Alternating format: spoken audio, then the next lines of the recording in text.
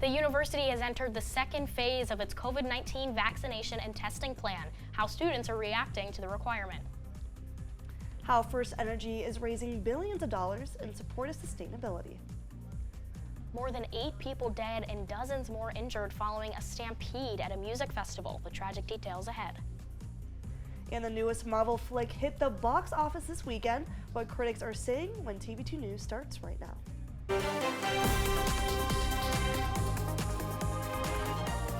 This is TV2 News. Good evening, Kent State and all of Portage County. I'm Maddy Haberberger. And I'm Gabby Jonas. It's been just over a week since the university entered phase 2 of its COVID-19 testing vaccination plan. That's right. TV2's Kelsey Drennan breaks down the mandate and how it's affecting campus life. With only about a month left in the fall semester, the deadline for mandatory COVID-19 vaccines on Kent State's campus is getting closer. Those living in residence halls are the main concern for getting vaccinated because of how congregated the living area is. We want to get as many students vaccinated in the residence halls. On August 27th, Kent State announced that all members of the university must be vaccinated by the end of fall semester, or for the spring, they will be ineligible to participate in on-campus experiences. The university does allow exemptions from the vaccine. So far, the university says that over 100 exemptions have been requested by students, faculty, and staff, and only 19 have been denied. The university says it's been accepting most exemptions, so if yours was denied, it is most likely due to incorrectly filling out the forms. Some students have been complaining about the vaccine requirement on social media. However, the students I spoke with had a different opinion. I think that the vaccine mandate is a great thing, honestly. I'm super pro-vaccine in this instance, especially because it's going to help stop those breakthrough cases. It's good for the safety of the students, staff, and faculty, and really it should have happened sooner. The deadline to be fully vaccinated is December 20th, and you can get the Pfizer, Moderna, or Johnson & Johnson shots. If you're looking to get the vaccine, the university says that the health center is the perfect place to get it because they both offer the Moderna and the Pfizer vaccine. At the health center at DeWeese, we're doing COVID vaccines. We offer Moderna COVID vaccines on Tuesdays, and then Wednesday we also have Pfizer vaccines we're giving. Reporting for TV2 News, I'm Kelsey Drennan. The state of Ohio reported 3,122 new COVID cases across the state today. According to the Ohio Department of Health, just under 52% of eligible adults in Ohio are fully vaccinated, which is lower than the national average of 70%. Since the start of the pandemic, more than 1.5 million Ohioans have contracted COVID-19 and 25,000 have died. A Biden administration official says Pfizer is expected to seek emergency authorization for its COVID booster in patients 18 and older. The FDA has already authorized the booster for people 65 or older, 6 months after a full vaccination course, and for people at increased risk of contracting COVID due to medical, living, or working conditions. The new request would extend that to any adult. Pfizer hasn't indicated if it will seek booster authorization for people under 18 years old, and the FDA has also authorized a booster for Moderna's vaccine for similar groups considered to be at a higher risk. Pharmacies across northeastern Ohio are now offering the COVID-19 vaccine to children ages 5 through 11. Walgreens, CVS, and Giant Eagle are some of the locations offering appointments at this time. The Cleveland Clinic and Akron Children's locations are also making appointments and will be available throughout the week. For information on how to schedule a vaccine, visit the Ohio Department of on their health website.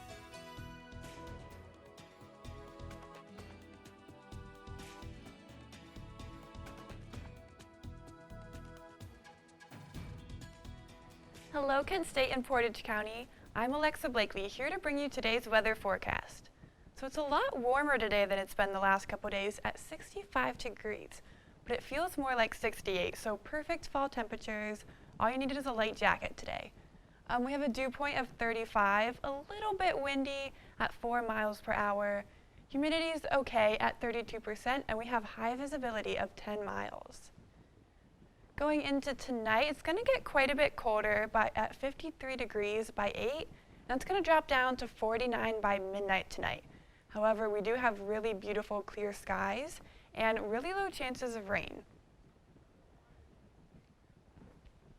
Temperatures throughout northeast Ohio today are kind of similar to what we're seeing in Kent. The highest temperature we're seeing is actually 71 today over here in Cleveland. We're seeing a lot of 65 and 66 in Mansfield and Worcester. And if we zoom out throughout all of Ohio, we're seeing similar temperatures, high 60s. We have high temperatures of 69 in Columbus and Dayton today, and our lowest temperature is over in Steubenville at 64. That's all I have for you right now, but stay tuned because when I come back, I'll be giving you a sneak peek of tomorrow's weather as well as the 7-day forecast. Back to you at the desk. Thanks, Alexa. State Rep Gail Pavliga announced the State Controlling Board approved a nearly $400,000 grant for a renovation project and training equipment at Neomed. The two measures include a $260,000 endowment for the Bite Night atrium renovation and more than $140,000 for an anesthesia lab simulation. Pavliga says she's grateful that capital funds are being used to enhance Neomed. SkyHack is back for its 3rd annual aviation hackathon. The event took place this past weekend in the College of Aeronautics and Engineering. Student teams came together to provide a solution to a pain point which relates to the aviation aeronautics industry. Students were able to come together and formulate critical engineering skills with creative solutions at the event. Local businesses now have the opportunity to sponsor Kent Parks facilities and events. The Kent Parks and Recreation Department has launched a corporate sponsorship program. The businesses can choose to have their name attached to pavilions, skate parks, and other venues at local parks. The corporate sponsor's name will appear on the facility sign for a customizable period, ranging from a one-time event sponsorship to multi-year commitments. And about 25 local volunteers helped build a new playground in Ravenna over the weekend. After more than 3 years of raising funds for the project, the Ravenna Kiwanis Club sponsored the community playground build on Saturday. They were able to raise $85,000 through brick sponsorships and funding from the United Way of Portage County, the Portage Foundation, and a community grant from the city. The new playground was built right outside the Community Action Council's Youth Center. Aurora Mayor Ann Benjamin was re-elected for another term following last week's election. The re-elected mayor beat challenger Keith Packard by more than 1,000 votes, according to final but unofficial results from the Portage County Board of Elections. In her next term leading the city of Aurora, Mayor Benjamin promises to continue to focus on infrastructure and parks and recreation improvements, including discussion of a possible recreation center for the community. And more on the steps for First Energy and taking to promote sustainability in our community. The sole survivor of a shooting by Kyle Rittenhouse in Kenosha takes the stand today. His emotional testimony when TV2 returns. What are you doing in there? What's that? I wouldn't do that. What are you doing? What are you looking for?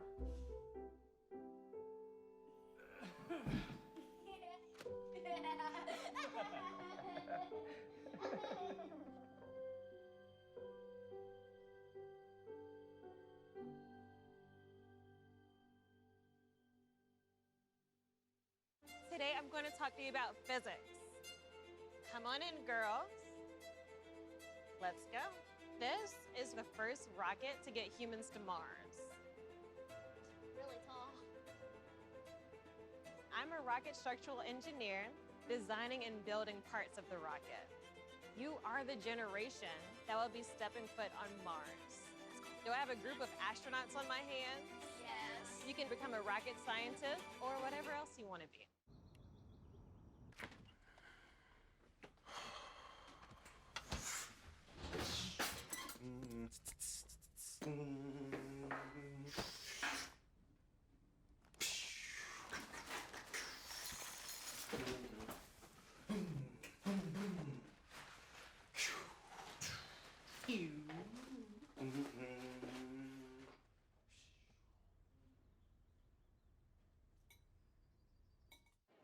The black truck? Hey, Christina from accounting. Yeah, hi. Hey, I used to date a girl named Christina. Oh, really? Yeah, and then she dumped me for my best friend. You want to see some photos of them that I took? I don't. I thought we talked about this, buddy. Buzz and overshared again? Yeah. Yeah. I'm gonna call a car. That's a smart idea. So, yeah, I know, that's why I did it. Hey, you're gonna get back to the top of the mountain. Does that mean I'm gonna get back with Christina? No. Oh. No.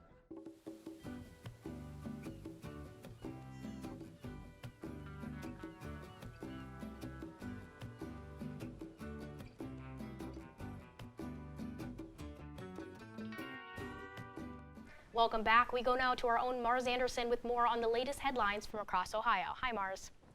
Hi, Maddy. The good, the bad, and the better. Maybe. You can decide for yourself as I round up some of the latest headlines in Ohio. The University of Akron will shut down its Confucian Institute after a 12-year partnership with the university in China. The closure complies with the National Defense Authorization Act, which restricts access to the Department of Defense's research funding. The Confucian Institutes had a long history of controversy. State and federal lawmakers have raised concerns about compromising academic freedom and have threatened to restrict funding in these programs in the past. The Institute has provided an increase in study abroad opportunities for students. It's also hosted Chinese cultural events and language programming. The university will shut down operations in June of 2022. 3 teens were shot during a memorial party early Sunday on Akron's west side. According to Akron police, dozens and dozens of shots were fired into a home on Fernwood Drive, where a large group of people were gathered for a party and memorial of Kyrie Young, an Akron area football standout who was shot to death in July. Evidence suggests that there was an exchange of gunfire, resulting in the 3 teens being struck during the exchange, 2 being girls, and 1 being an 18-year-old woman. All 3 suffered non-life-threatening injuries. Police also found a handgun and a numerous amount of shell casings at the site. Police are asking anyone with information to call detectives at the number below. First Energy Corp is raising billions in new capital by selling off part of its transmissions business, and selling stock to a financial group that will allow a seat on the First Energy boards. I'm messing up on everything. Excuse me, guys. Investment firm Brookfield will purchase a 19.9% stake in FET, the holding company for its 3 transmission subsidiaries. $2.2 billion announced earlier today. First Energy will also issue $1 billion of stock to Blackstone Infrastructure Partners and appoint a Blackstone representative to its board of directors no later than its next annual meeting. The deals combined will raise $3.4 billion in equity, with the First Energy saying it will use the funds to increase its capital spending through 2025, which includes sustainable energy investments. Governor Mike DeWine's office announced today that amended Substitute House Bill 172 has been signed. The amendment Substitute House Bill replaces Senate Bill 113, which was the original fireworks bill that DeWine vetoed. The bill limits the discharge of fireworks to the more traditional holidays that Ohioans celebrate, while recognizing other culturally diverse holidays celebrated as well. The bill also reduces by half the allowable increase in showroom size originally offered in the Senate Bill 113, while requiring enhanced fire sprinkler systems, and it further prohibits the discharge of fireworks while in the possession of or under the influence of alcohol or controlled substances, or on another person's property without consent. Stricter gun laws hopefully are coming next. Who knows? This wraps up your Ohio Roundup. Follow me on socials at Marz on Media. For TV2 News, I'm Marz Anderson.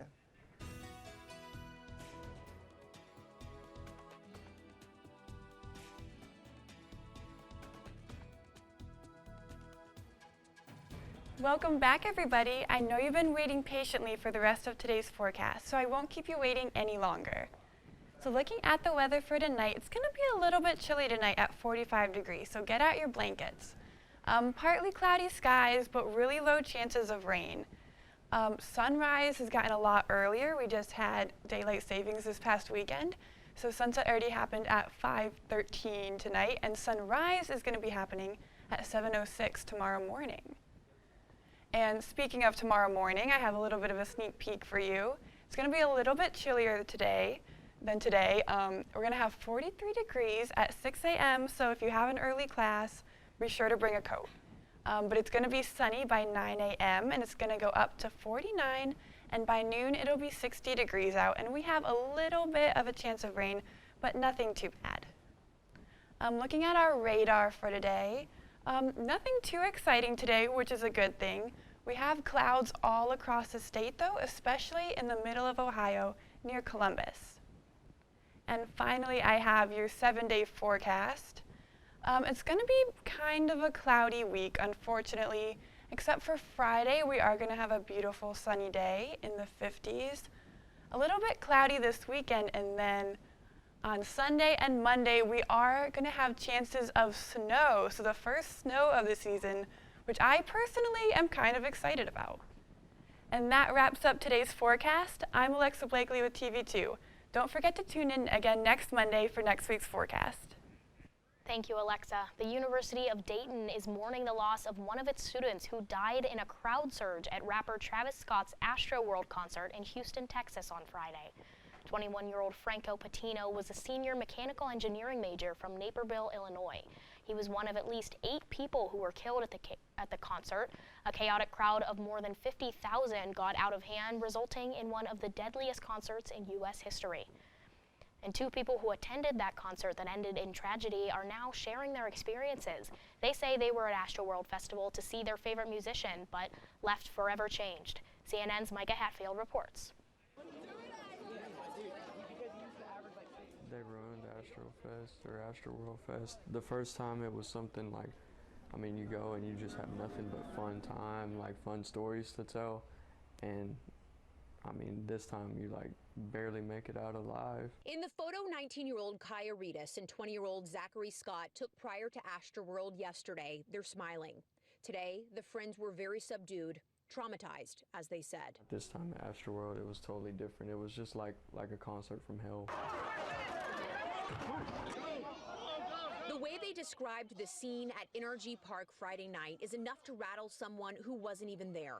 Unable to breathe, piles of people on the ground, some clawing on their clothes as a lifeline, trying to get up so they weren't trampled, pressed so close to strangers that you couldn't lift your arms or turn your head. They were trapped and helpless.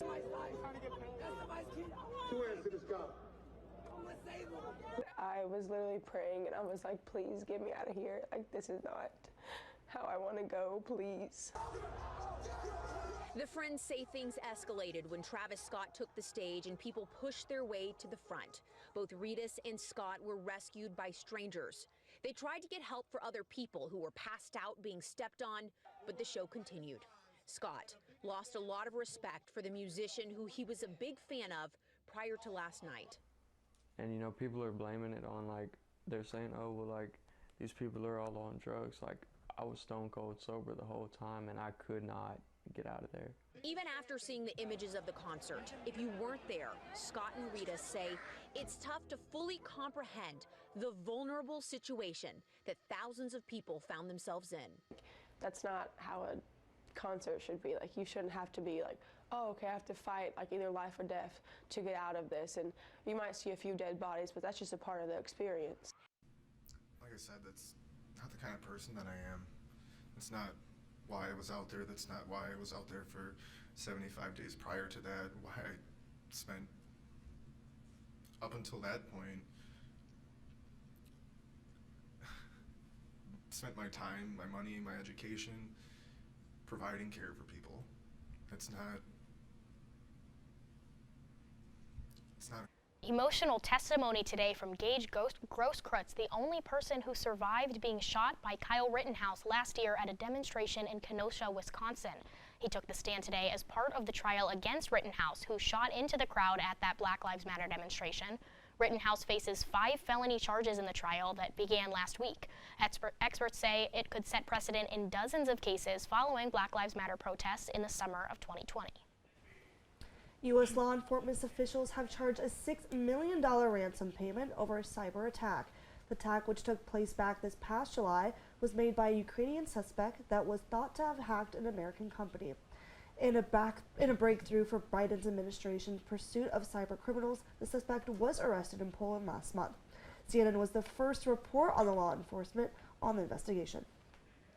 The United States has reopened its borders to vaccinated international travelers. After ending a 20-month travel ban, travelers from more than 33 countries, including the United Kingdom and much of Europe, can now enter the U.S. Vaccination proof, quarantine, and negative viral tests are now not required. American citizens have been able to travel overseas for several months with restrictions, but now American airports are welcoming international travelers once again. Oscar winner Chloe Zhao entered the MCU this weekend with her new film Eternals, what critics are saying about the newest Marvel installment. The Cleveland Browns had a crucial game this past weekend against a division rival. Tune into my sports report for highlights on the game. When you adopt a shelter pet, you discover their unique mix of all kinds of traits. Where'd Wiley go? Where's Wiley? Ah, there she is. Paw? Do you remember being an ancient wolf? Do you ever feel the call of the wild? You're a renegade cop, and I'm a con woman with nothing to prove. But together, we could really solve this murder. They're a little bit of a lot of things, but all of them are pure love. There's a lot of fear in coming back to school. I'm a 40-year-old man that walked in there to get his high school diploma. It was very hard for me, but one of the teachers was Miss Araceli. She gave me direction. Every single time I had a question, she'll put down whatever she's doing and she'll sit there with you until you get it. 50% of getting your high school diploma is walking through those doors. The other 50% is doing the work. Find free adult education classes near you at finishyourdiploma.org.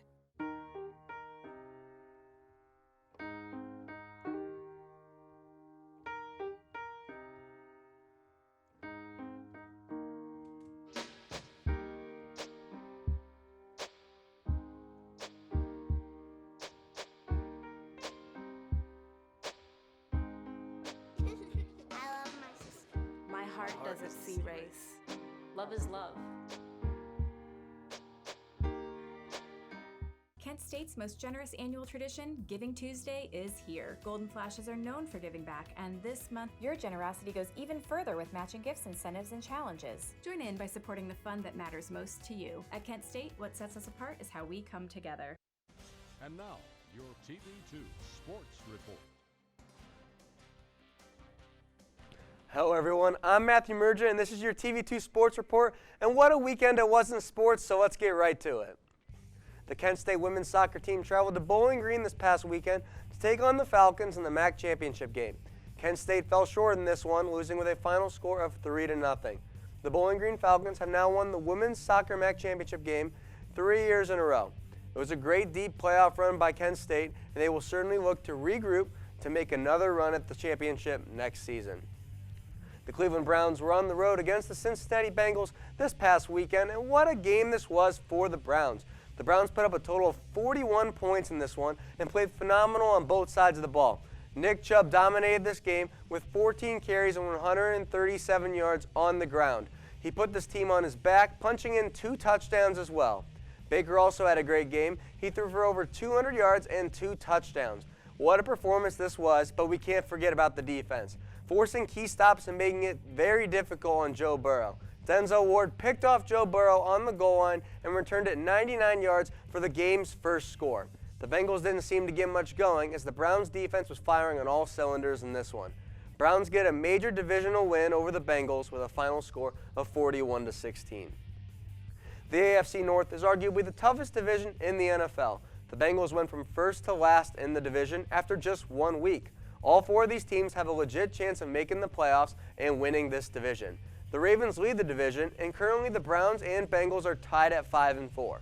Both teams will be paying close attention tonight to their division rival, the Pittsburgh Steelers. The Steelers take on the Bears to finish off Week 9 of the NFL season tonight and are currently 7-point favorites over the Bears in tonight's Monday Night Football action. If the Steelers win, they will remain second in the division, only behind Baltimore. That's all I have for sports today. I'm Matthew Mergen, and make sure to tune to Sports Corner tonight at 8 p.m. And what dessert are Americans gobbling down this holiday season when TV2 returns? I don't want to talk about it.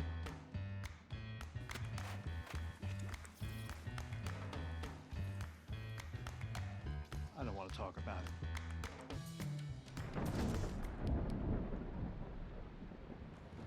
Families don't have to talk about everything, but they should talk about how to plan for an emergency. Get tips and resources to make your family's emergency plan. Roll over. Chance high five. All right. When you adopt a shelter pet, you discover all the things that make them unique. And your mother and... I am totally a hot person. Right, guys? Thanks for being honest. They're a little bit of a lot of things, but they're all pure love. Adopt pure love at theshelterpetproject.org. They call me Prince like I'm royalty or something. But the places I've lived ain't no palaces. So I don't need grilled salmon or a new scratching post. Just give me a cardboard box and a can of tuna and we're good. You can even change my name. I'm cool being the kitty formerly known as Prince.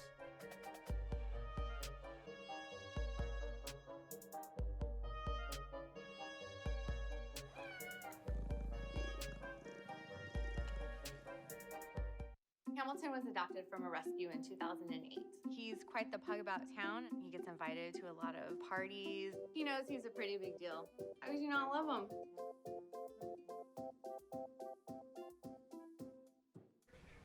Welcome back. The newest Marvel movie has hit the box office, and despite mixed reviews from critics, Eternals blasted into theaters as the 4th best debut of the year. The film kicked Denis Villeneuve's Dune into 2nd place. It raked another $7.6 million this weekend to total more than $84 million in domestic sales. Despite a 48% score on Rotten Tomatoes, the lowest of any Marvel movie, Eternals made more than $71 million in its opening weekend.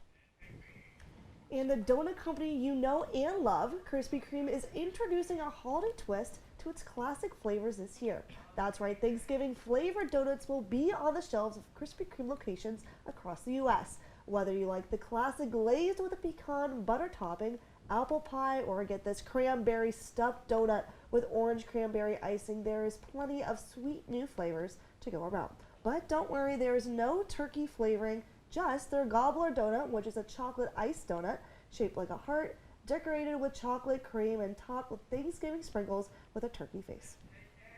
Oh my gosh, I was literally watching that footage and So good. drooling. Those Do you have a look so favorite good. donut? I think of those, I'm a purist. I really like just a classic chocolate with donut. the pecan on top? Maybe, No, but I like okay. the turkey with just the sprinkles. I think that's probably, of all of those, the classic. route I would go. But Okay. I'm really curious about the cranberry. The cranberry? I don't know Yeah. how that's gonna play out, but I'm intrigued. Yeah, but as far as normal donuts go, I'm boring. I just You're like I like a classic cake Okay. donut, chocolate cake donut, Understood. blueberry, and when it's Blueberry, fall, the pumpkin yes. donuts. And a custard filled. I feel like custard is classic. My no? sister loves Boston cream donuts more than Yes. anything in this world, so Okay. we always have those on hand. Well, that's all we have for you today. Thank you for spending your Monday evening with us. Make sure to connect with us on social media at Kent Wired and visit our website, kentwired.com, to get signed up for our bi-weekly newsletter. I'm Gabby Jonas. And I'm Maddy Haberberger. Stick around for a brand new episode of Sports Corner at 8. Go Steelers, and have a great night, Portage County.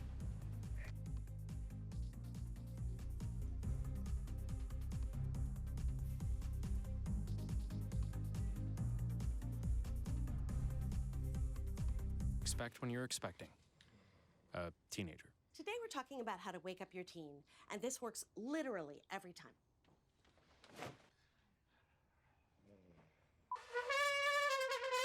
Good kisses. Good kisses.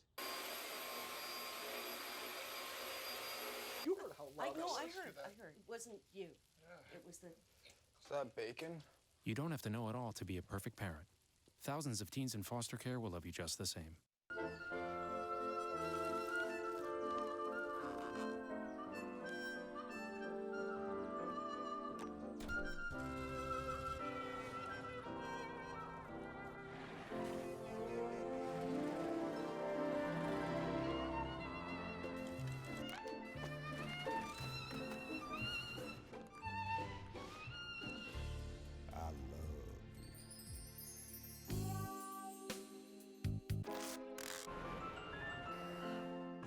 Can we get strawberries? Okay.